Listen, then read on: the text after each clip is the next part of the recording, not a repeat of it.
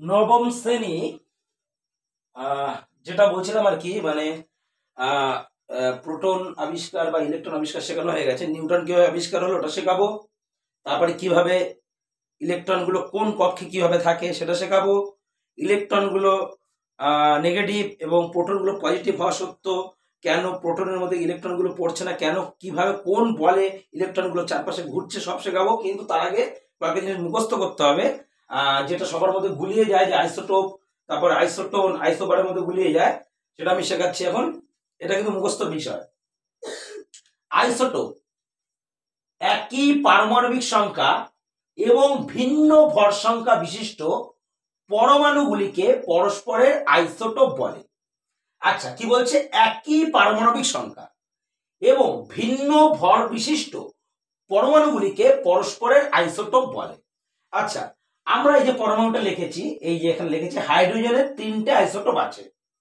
যেমন প্রথমে প্রোটিয়াম, যার মধ্যে এখানে একটা এইচ দিয়েছি, এখানে একটা 1 দিয়েছি, এখানে একটা 1 দিয়েছি। তার মানে বোঝা গেল এর মধ্যে একটা প্রোটন সংখ্যা আছে। আর উপরে আমার কি লিখি? প্রোটন আর নিউট্রন যোগ করে লিখি। কিন্তু এখানে প্রোটনও 1, এখানে 1 আছে, মানে এখানে নিউট্রন কোনো নেই, কিন্তু প্রোটন 1 আছে, কিন্তু নিউট্রন এখানে নেই। দ্বিতীয়ত দেখা যাচ্ছে যেটা বলছে ডয়টোরিয়াম, যেখানে দেখতে পাচ্ছি এইচ এর নিচে 1 আছে, উপরে আছে 2। তার মানে বোঝা যাচ্ছে এই 2 থেকে যদি 1 বিয়োগ করি, তার মানে বোঝা যাচ্ছে যে একখানা কিন্তু প্রোটন আছে আর একটা কে আছে? নিউটন আছে। তার মধ্যে এখানে 0 নিউটন, এখানে 1 নিউটন আছে। আর ট্রিটিয়ামে আবার কি আছে? এইখানে আছে 1 আর এখানে আছে 3।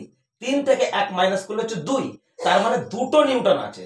তার মানে বোঝা গেল এর 2টি নিউটন, এর 1টি নিউটন, এর নিউটন নেই। কিন্তু প্রোটন মানে পারমাণবিক সংখ্যা সবকটারই 1 আছে। তার মানে এটা কিন্তু একে বলে পরস্পরের আইসোটোপ। এবার আইসোটোপ মানে প্রোটন সংখ্যা 1 থাকবে। আইসোটোপ মানে প্রোটন সংখ্যা 1 থাকবে। দেখো, পারমাণবিক সংখ্যা মানে প্রোটন সংখ্যা, সেগুলো একই রয়েছে। ভুলে গেলে আইসোটোপের লাস্টে প আছে আর প্রোটনের প্রথমেও প আছে। তাহলে যেটার মধ্যে প্রোটন সমান থাকবে, প্রোটন সমান থাকবে, সেটা হচ্ছে আইসোটোপ। আইসোটোপ। আর আইসোটোনটা আবার অন্য জিনিস। যে সকল পরমাণু মানে নিউটন সংখ্যা একই কিন্তু পারমাণবিক সংখ্যা ভিন্ন, তাদের বলে আইসোটোন। মানে তার উল্টোটা। তার মানে নিউটন সংখ্যা একই, আইসোটোনের লাস্ট হচ্ছে ন, তাহলে 9 নিউট্রন। এইভাবে মনে রাখলে মনে থাকবে। তাহলে যে সকলের নিউটন সংখ্যা একই, মানে 9 আছে, নতে নিউটন হয়, তাহলে যে সকল পরমাণু নিউটন সংখ্যা একই কিন্তু পারমাণবিক সংখ্যা ভিন্ন, তাদের বলে আইসোটোন। এইখানে দেখা যাচ্ছে এই একটা এইচ আছে, একটা এইচই আছে, হাইড্রোজেন একটা এইচ। দেখো, এইখানে 3, এখানে 1, 3 থেকে 1 মাইনাস করলে কত? 2। মানে বোঝা গেল 2টো নিউটন। এইখানে 4, এখানে 2, 4 থেকে মাইনাস গেলে 2 মাইনাস গেলে 2। তারপর নিউটন, এটাও 2, এটাও 2। নিউটন সংখ্যা একই কিন্তু এর মধ্যে প্রোটন সংখ্যা আছে একটা, এর মধ্যে প্রোটন সংখ্যা আছে 2টো।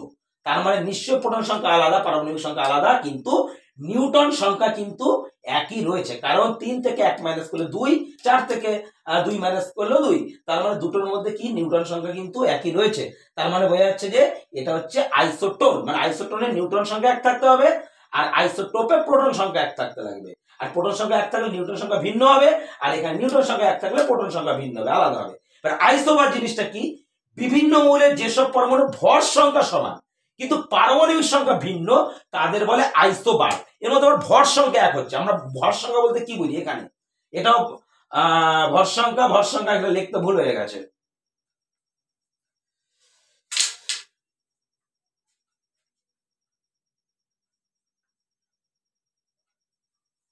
আচ্ছা, ভর সংখ্যা বলতে আমরা কি বুঝি? ভর সংখ্যা বলতে আমরা বুঝি যে